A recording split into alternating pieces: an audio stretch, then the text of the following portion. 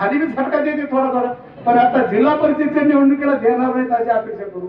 बाकी काही जाऊ द्या, जुने जाऊ द्या, मरणाला तुम्ही जाळू नये किंवा पुढे टाका, सावध आहे का पुढील टाका असं म्हणणारा मी कार्यकर्ता आहे. त्याच्यामुळे पुढच्या काळामध्ये सर्वजण आपण एकदा ताकदीने उभा राहू. आता सूत्रसंचालन करणाऱ्या आमच्या तरुणांना खूप चांगलं मार्गदर्शन केलं, त्याचं वक्तृत्व पण चांगलं आहे. जी तलावाची मागणी आहे ती तलावाची मागणी तुमच्या इथे एक आहे कोलेवाडी, म्हणजे तिथे एक कोलेवाडीला एक होते. आता याचा कोरडेवाडीचा विषय जवळपास पुढे गेलेला आहे, संपत आलेला आहे. पुढची कोरडेवाडीचा होणार आहे. त्या दृष्टीने आपल्याला सरकार बिकार काय लागत नाही, काही तुम्ही काळजी करू नका, आपणच सरकार आहे. त्याच्यामुळे आपण हे काही राजकीय शब्द नाही, पण हा तलाव करण्यासाठी प्रामाणिकतेने मी माझी अख्खी खासदारकीपणाला लावेल. पण हा तलाव कसा करता येईल याच्यासाठी प्रयत्न करू. 1 वर्ष लागेल, 2 वर्ष लागेल, काय जे लागेल ते नशीब तुमचं आणि माझं, पण आपण 100% प्रयत्न करू, लवकरात लवकर करायचा प्रयत्न करू. आणि जेणेकरून आपल्याला जर इथे इरिगेशन झालं, पाणी आलं, आपल्याकडे पडणारं पाणी पूर्ण आपल्या तालुक्यात सुद्धा राहत नाही, पुढे जात आहे, पुढे खाली पुन्हा. त्याच्यामुळे आपल्या इथं जर अडकलं ओढवणी टोलीन माझगाव पार पुन्हा नांदेड पर्यंत जाईल, पण आपलं पाणी आपल्याला अडवायचं, आपल्या इथं आपल्याला त्याचा उपयोग घेण्यासाठी आपण प्रयत्न करूयात.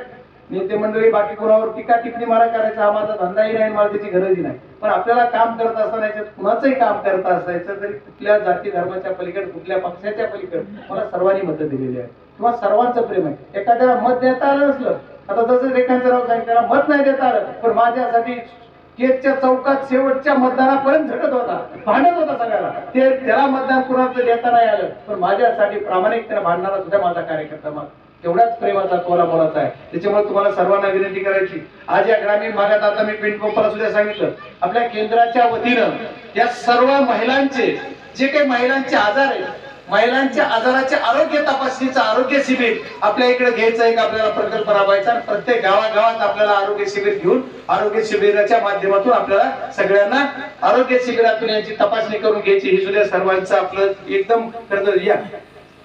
या गोष्टी करत असताना तुम्ही तुमची सुद्धा सर्वांची ताकद आपल्याला लागणार आहे. आणि इकडे आरोग्याचं शिबिर आपण घेऊन आरोग्याच्या महिलांचं आरोग्याची तपासणी करावी. त्याच्यासाठी मी तुम्हाला सर्वांना विनंती करणार आहे की असं शिबिर घेऊ. महिलांचे छोटे छोटे आजार असतात, आपण काही गोष्टी असतात ते दवाखान्यापर्यंत जाणं अडचणीचं होतंय.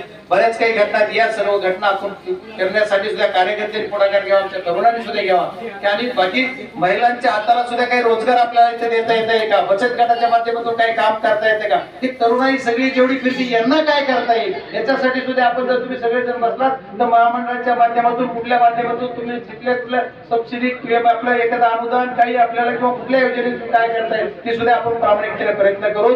मला तुम्ही इथं बोलवलं, माझं आदर तिथे केलं आणि एवढा मोठा सत्कार केला, तर एवढ्या संख्येनं तुम्ही प्रचंड उभे आहात किंवा माझ्यासाठी थांबला, त्याच्याबद्दल तुमचे सर्वांचे आभार मानणार आहे. तुमचं असंच प्रेम असू दे, त्याच्यापेक्षा 10 पटीने काम करायचा आम्ही प्रामाणिकतेने प्रयत्न करू. एवढा शब्द देतो. खूप खूप धन्यवाद.